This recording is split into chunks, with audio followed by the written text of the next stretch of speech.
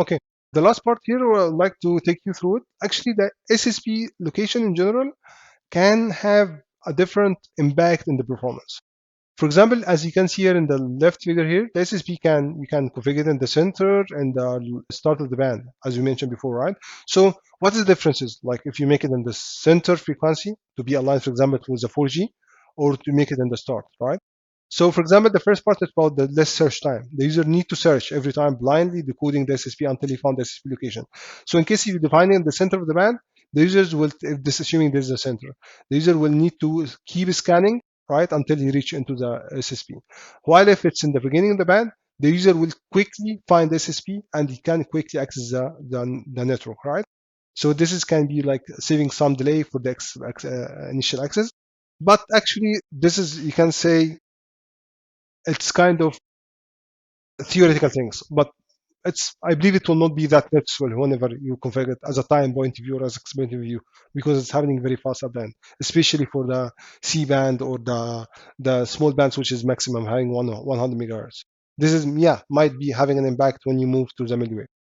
But the second part, it's very important. It's about the hosted downlink available resource blocks. Actually, SSP location can host some of the available resource blocks. How this can be done? For example, assuming here the figure on the left. Here, this is assuming that the SSB was being configured in the center of the bandwidth and it was not aligned with the RBG allocation. As you know, the scheduling can be done through RBG. RBG, which is the resource block groups. For example, here assumed an example which is equal to 4 resource blocks. And as you can see here, for example, the SSP location started from RBG0, last RB. So as you know, that SSP consume usually 20 resource blocks, right? So this is 20 resource blocks. So it will keep moving. So now it will move till RBG5 here. So in this case, the SSP will reserve 6 RBG here from RBG0 till RBG5. This is in case if you configure in this way in the center of the bandwidth. So the SSP can reserve 6 resource blocks or 6 RBG, and can in this case can host 4 resource blocks. And in case if you configure in the center of the bandwidth, it will only having 5 RBGA. So this means now you are having no hosted resource blocks. So this can improve your maximum downlink speed as well.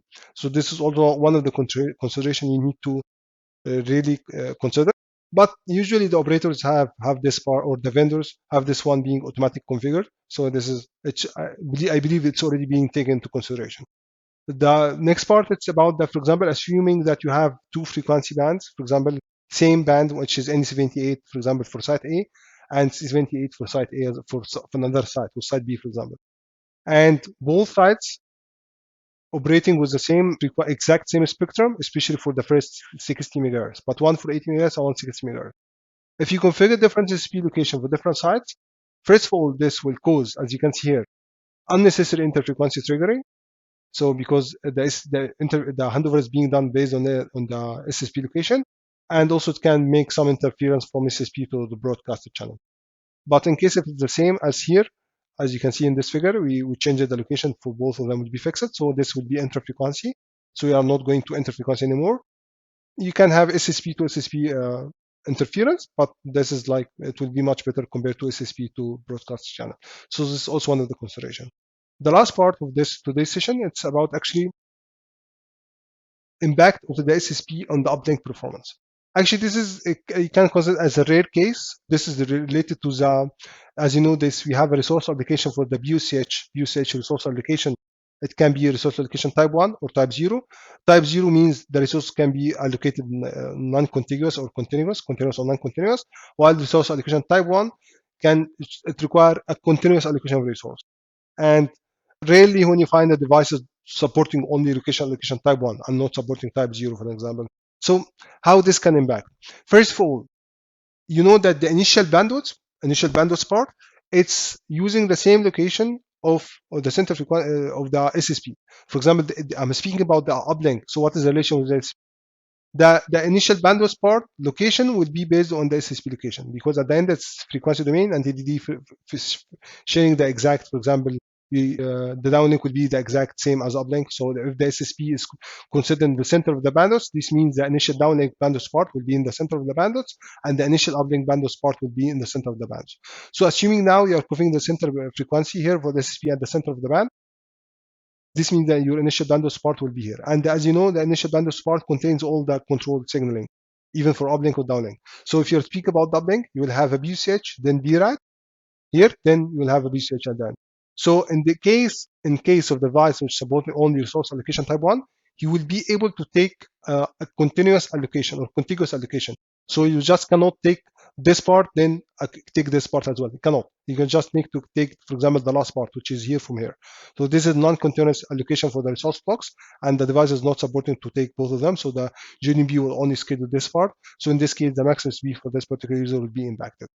As you can see in this figure, for example, here in this figure, when the frequency range was at the center of the bandwidth, here the maximum, for example, getting RBs was 60 RBs, as an example. Now, in the case you move the SSB to the start of the band, so the initial bandwidth again will be shifted to the center of the bandwidth, and the BRAT will be allocated in the center of the bandwidth. So now the users can take more resource blocks. But this is in case we are only supporting resource allocation type 1. And as you can see in this comparison, for example, this particular device was only supporting uplink resource allocation type 1. So now the number of resource blocks being increased compared from the center to the start. And for sure, the uplink speed for a wireless C5G also increased from, as you can see, from the center to the start as well.